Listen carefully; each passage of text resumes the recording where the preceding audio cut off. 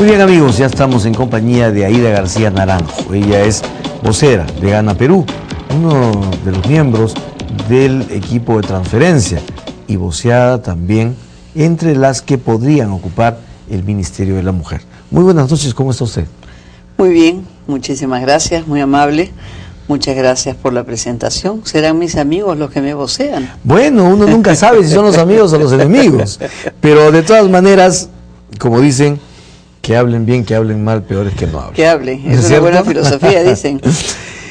Bien, nosotros queríamos consultarle varios temas políticos. Encantado. Y el primero es, ¿cómo va a hacer Gana Perú para pagar tanto compromiso que ha asumido con una variopinta, además, baraja de socios, o por lo menos de instituciones o personas que entusiastamente se subieron a esta campaña? Estamos hablando desde movimientos regionales, presidentes regionales, y ahora la CGTP reclama su cuota de cogobierno, y hacia el otro lado, pues la parte más centrista de Perú Posible también mira lo suyo. ¿Cómo van a hacer?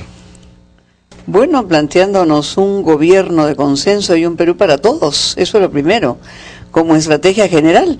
En primer lugar, yo he escuchado esta mañana a Mario Guamán señalando que no plantean cogobierno. Indudablemente una central, que es un frente único y que por lo tanto tiene todos los colores políticos, porque efectivamente es un gremio de trabajadores, digamos, no es parte de un cogobierno. Pero ahí hay tonos de rojo. Bueno. No hay amarillo, no hay azul. Ahí hay tonos de rojo. También hay gente política, ¿no? Sí, pero estamos hablando desde rosado hasta rojo intenso. Y usted lo sabe. Entonces, ¿cómo hacer, por ejemplo, con los compromisos que han asumido con la CGTP, donde se les ha dicho que va a haber cambios constitucionales en lo económico, en lo político y en lo social? Y alternativamente, con un sector al que se le juró Biblia en mano que no iba a haber cambios constitucionales para ver, el plan, en todo ese ámbito. El plan de gobierno permite cumplir de manera significativa con los trabajadores, y desde mi punto de vista yo creo que el mensaje va a marcar un nuevo momento,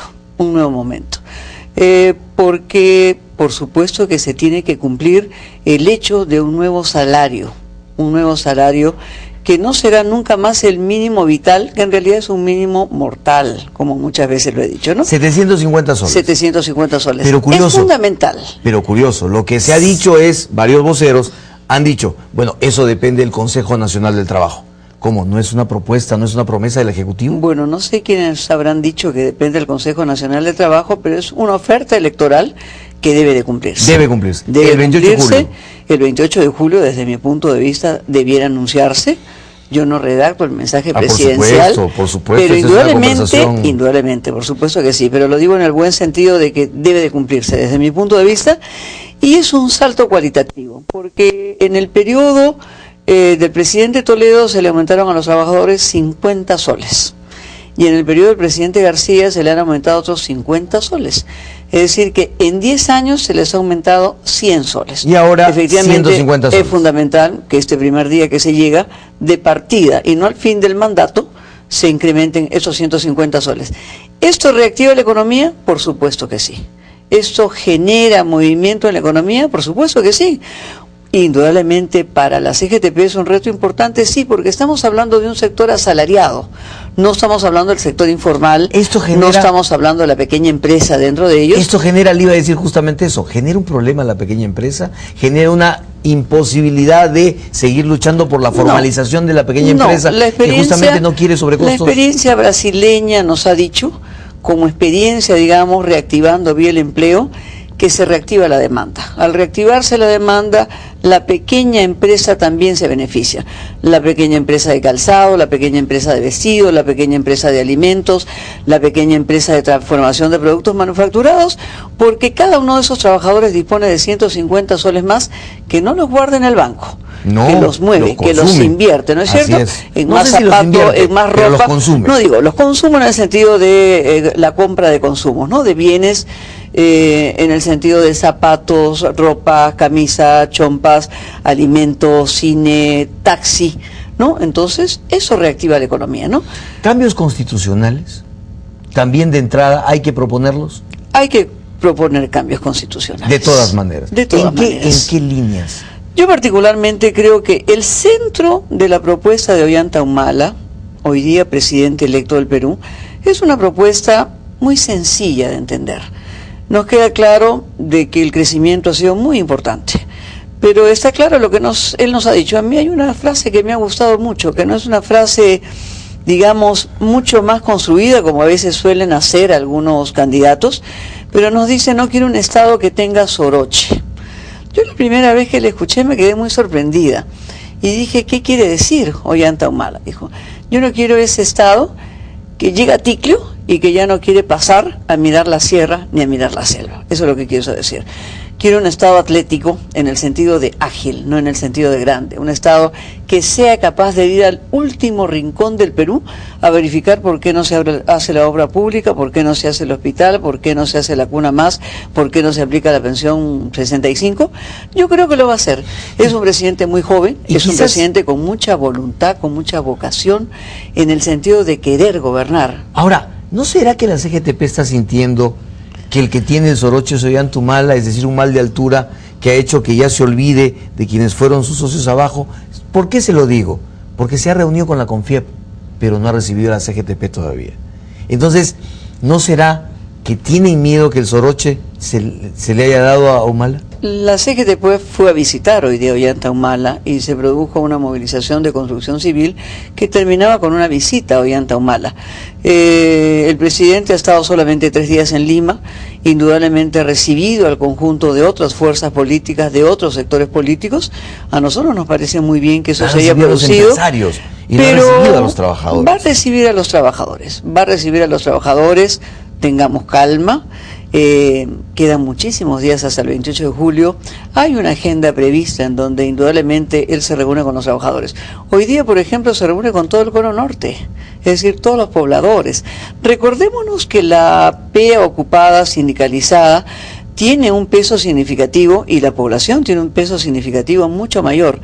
Él ha producido visitas a ATE, el día de hoy está en el Cono Norte, con un gran recibimiento justamente de respuesta y de acercamiento a esos sectores. Y en la agenda que está prevista... Ese es olor a multitud. No, pero en la agenda que está prevista una visita del conjunto de las organizaciones de trabajadores con Ollanta Humala, no solo la CGTP, son un conjunto de organizaciones que están programando la visita a Ollanta Humala para recibir justamente y para tener un encuentro con el presidente. Ahora, no quiero desviarme de la pregunta que nos habíamos planteado y que usted empezaba a contestarme. ¿Qué cambios constitucionales cree usted? Creo que usted, me imagino que usted ya está viendo el mensaje de Ollanta Humala. ¿Qué reformas constitucionales le gustaría que Ollanta Humala dijera: aquí las dejo para el Congreso?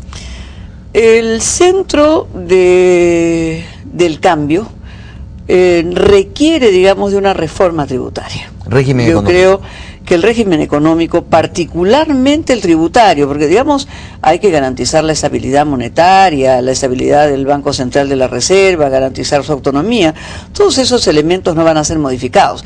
Lo que tiene que ser modificado efectivamente es la reforma tributaria. Yo escuché este fin de semana con muchísimo interés el debate entre la Sociedad Nacional de Minería y la Sociedad Nacional de Industrias. A mí me pareció un importantísimo debate porque recordemos que la única propuesta de plan de gobierno que planteó el tema de la sobreganancia minera fue la propuesta de Gana Perú. En el curso, Fujimori también lo hizo. Sí, en el curso de la segunda vuelta, efectivamente, la candidata Fujimori se pronunció porque estaba de acuerdo con el tema de la sobreganancia minera. Eso ha sido un cambio fundamental y un giro fundamental en la campaña, porque la gente llegó a comprender, toda la ciudadanía, que la oferta electoral de todos los candidatos seguirá siendo oferta electoral, que no se atenderá si no hay caja fiscal. Y entonces llegó a entender que solo con caja fiscal puede atenderse la demanda de la población. Eso ha sido fundamental y más bien la Sociedad Nacional de Minería ya no planteó el no pago de las sobreganancias. Claro, ahora discute la forma sobre las ventas y no sobre las utilidades. Efectivamente, ya, pero me parece importantísimo. Ahí hay un ¿no es cierto? tema que usted ha tocado. Muy bien, caja fiscal. Pero la caja fiscal se llena de los tributos que vienen básicamente del sector privado, ¿no es cierto? Y sí, el impuesto a las sobreganancias termina siendo casi confiscatorio, entonces va a ser muy difícil que comparativamente con Sudáfrica, Canadá, Chile, en fin, el Perú pueda atraer a los inversionistas. Y esa es en este momento la duda. Actualmente el Perú cobra los más altos impuestos, si sumamos todo el tema tributario, a las empresas. ¿Qué quiere decir esto? Que el margen para un impuesto a las sobreganancias es bajo. Mi pregunta es, ¿cómo reformar constitucionalmente esto que usted nos dice, el tema tributario? Yo particularmente no creo que el margen sea bajo. He visto los cuadros de tributación que se han pasado en diferentes medios de comunicación sobre la tributación peruana a la minería y la tributación, por ejemplo, chilena a la minería. Lo que no han dicho es que el cobre es estatal. Es una empresa estatal. Sí. Entonces, efectivamente, ¿cómo se van a cobrar más tributos si ya es del Estado? Entonces, acá ni siquiera existe un planteamiento de estatización de ninguno de los sectores que se han privatizado, pero indudablemente la Constitución puso una llave a la legislación tributaria que impidió hacer esas modificaciones. Entonces, esa es la llave que usted dice. Esa es la llave que tenemos que abrir, ¿no es cierto? Es una llave para abrir, para volver a cerrar también, ¿no es cierto? Hay que poner un límite, ese límite tiene que ser un acuerdo bilateral, pero no solamente un acuerdo bilateral, tiene que ser un acto consciente de gobierno en el sentido de hacer competitiva la minería. Y la hoja de ruta plantea claramente que cuando hay crecimiento hay sobreganancia y por lo tanto hay esta tributación. Cuando no lo hay, no hay pues sobreganancia, entonces es de sentido común que no hay un pago. Eso tiene que ser regulado y a mí me parece más bien muy importante que la Sociedad Nacional de Minería plantee ya la fórmula. Por supuesto, tiene que tener una iniciativa y ha puesto efectivamente, ha marcado la cancha diciendo que no sea sobre las ventas, que sea sobre la utilidad, y entonces me parece importantísimo discutir eso de cara al país, porque si no estamos engañando nuevamente a la población. Si el Estado no tiene una caja fiscal suficiente para atender la demanda social, no la cumplirá. Y estamos encima de 300 conflictos sociales, según la Defensoría, 233, y yo he dicho en ese programa también que, según otras fuentes, la Defensoría solo mide el conflicto social, no mide el conflicto del BRAE, no mide el conflicto terrorista. Entonces, el volumen de conflicto en el que García nos deja el país es altísimo en relación a cuando entró. Él entra con 86 conflictos y sale con 450. Muy bien. Así nos deja el país. Yo le propongo una pausa y regresamos para hablar de esa herencia pesada que van a recibir. Gracias. Estamos aquí en la Hora N conversando con Aida García Naranjo, vocera de Gana Perú.